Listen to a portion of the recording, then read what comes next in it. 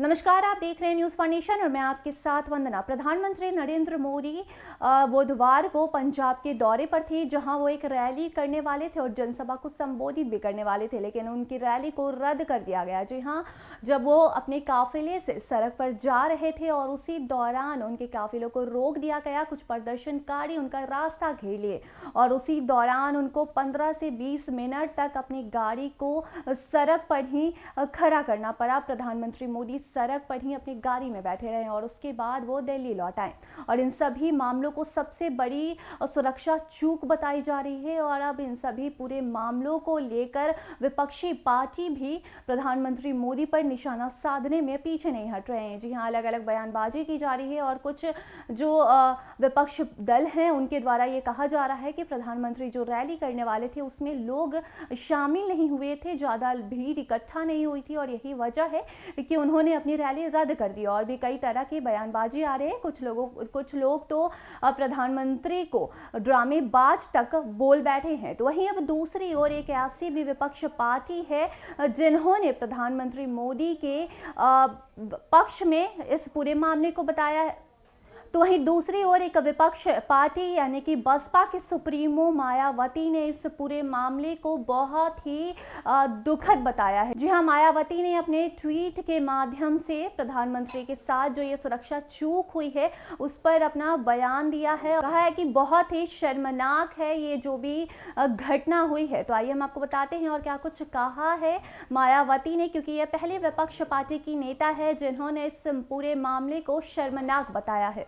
बता दें, मायावती ने इस पूरे मामले को लेकर ट्वीट किया है और उसमें लिखा है कि प्रधानमंत्री श्री नरेंद्र मोदी जी के अभी हाल ही के पंजाब दौरे के दौरान जो सुरक्षा चूक हुई है वह अति चिंतनीय है। इस घटना को पूरी गंभीरता से लेकर इसकी उच्च स्तरीय निष्पक्ष जांच जरूरी है ताकि इसके लिए दोषियों को उचित सजा मिल सके तथा आगे फिर ऐसी घटना न हो।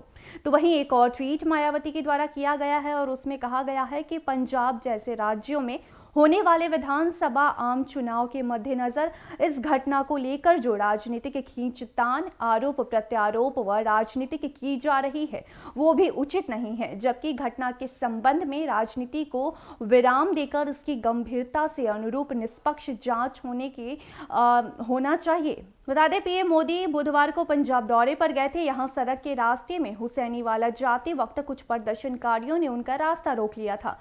इसके बाद पीएम मोदी का काफिला यहां 15 से 20 मिनट रुका रहा। इससे पीएम मोदी की सुरक्षा में बड़ी चूक बताई जा रही है। इसे लेकर गृह मंत्रालय ने पंजाब सरकार से रिपोर्ट भी मांगी है।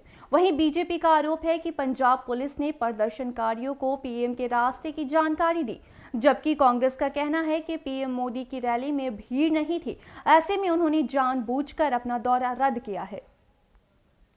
तो वहीं प्रधानमंत्री नरेंद्र मोदी की सुरक्षा में चूक का मामला सुप्रीम कोर्ट तक पहुंच गया है। जी हां, इसे सुप्रीम कोर्ट में चीफ जस्टिस एनवी रमन्ना के समक्ष मेंशन किया गया है। चीफ जस्टिस की बेंच इस पर शुक्रवार को सुनवाई का फैसला कर सकती है। जानकारी के मुताबिक सीनियर एडवोकेट मनिंदर सिंह ने इस मामले से जुड़ी जनहित याचिका दायर की है। याचिका में कहा गया है कि इस तरह की सुरक्षा में चूक स्वीकार्य नहीं किया जा सकता। याचिका में सीनियर एडवोकेट मनिंदर सिंह ने पंजाब सरकार को उचित निर्देश देने, उत्तरदायी लोगों के खिलाफ सख्त एक्शन लेने की मांग की है। कहा गया है कि इस तरह की आगे से ऐसी चूक नहीं होगी।